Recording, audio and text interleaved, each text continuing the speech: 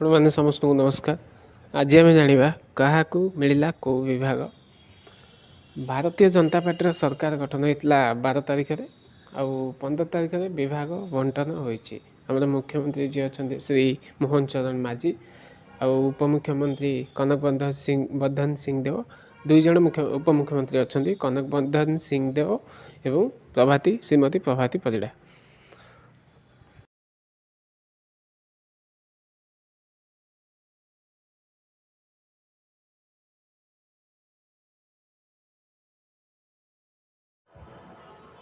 ମୁଖ୍ୟମନ୍ତ୍ରୀ ମୋହନ ଚରଣ ମାଝୀଙ୍କ ପାଖରେ ରହିଛି ଗୃହ, ସାଧାରଣ ପ୍ରଶାସନ, ଲୋକ ଅଭିଯୋଗ, ସୂଚନା ଲୋକ ସମ୍ପର୍କ ବିଭାଗ, ଜଳ ସମ୍ପଦ, ଯୋଜନା ଓ ସମନ୍ୱୟ ଓ ଅର୍ଥ ବିଭାଗ ରହିଛି।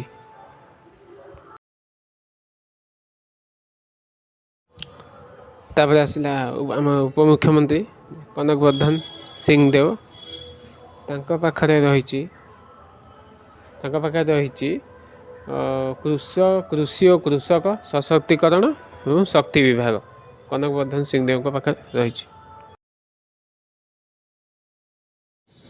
ତାପରେ ଆସିଲେ ଆମର ଆଉ ଜଣେ ଉପମୁଖ୍ୟମନ୍ତ୍ରୀ ଶ୍ରୀମତୀ ପ୍ରଭାତୀ ପରିଡ଼ା। ତାଙ୍କ ପାଖରେ ରହିଛି ମହିଳା, ଶିଶୁ ବିକାଶ, ମିଶନ ଶକ୍ତି ଓ ପର୍ଯ୍ୟଟନ ବିଭାଗ।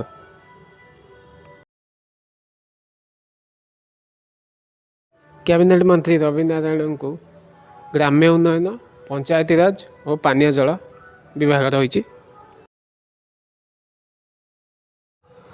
ତାପରେ ନିତ୍ୟାନନ୍ଦ ଗଣ୍ଡଙ୍କୁ ବିଦ୍ୟାଳୟ, ଗଣଶିକ୍ଷା, ଅନୁସୂଚିତ ଜାତି ଓ ଜନଜାତି ଉନ୍ନୟନ, ପଛୁଆ ବର୍ଗ କଲ୍ୟାଣ, ସାମାଜିକ କଲ୍ୟାଣ ଓ ସଶକ୍ତିକରଣ ବିଭାଗ ଦିଆଯାଇଛି।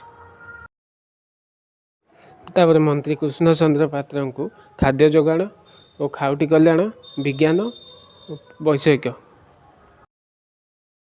ତାପରେ ପୃଥ୍ୱୀରାଜ ହରିଚନ୍ଦନଙ୍କୁ ଆଇନ, ପୂର୍ତ୍ତି ଓ ଅବକାରୀ ବିଭାଗ।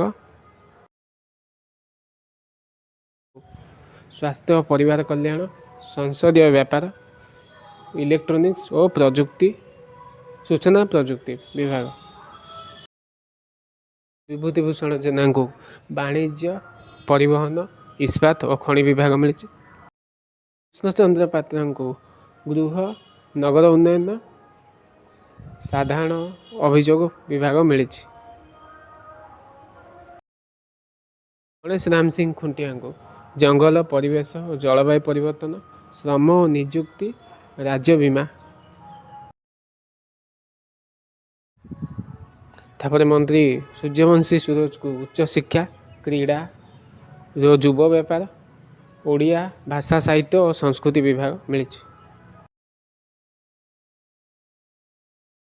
ଗୋକୁଳାନନ୍ଦ ମଲ୍ଲିକଙ୍କୁ ମତ୍ସ୍ୟ ଓ ପଶୁ ସମ୍ପଦ ବିଭାଗ, ଲଘୁ, କ୍ଷୁଦ୍ର ଓ ମଧ୍ୟମ ଉଦ୍ୟୋଗ।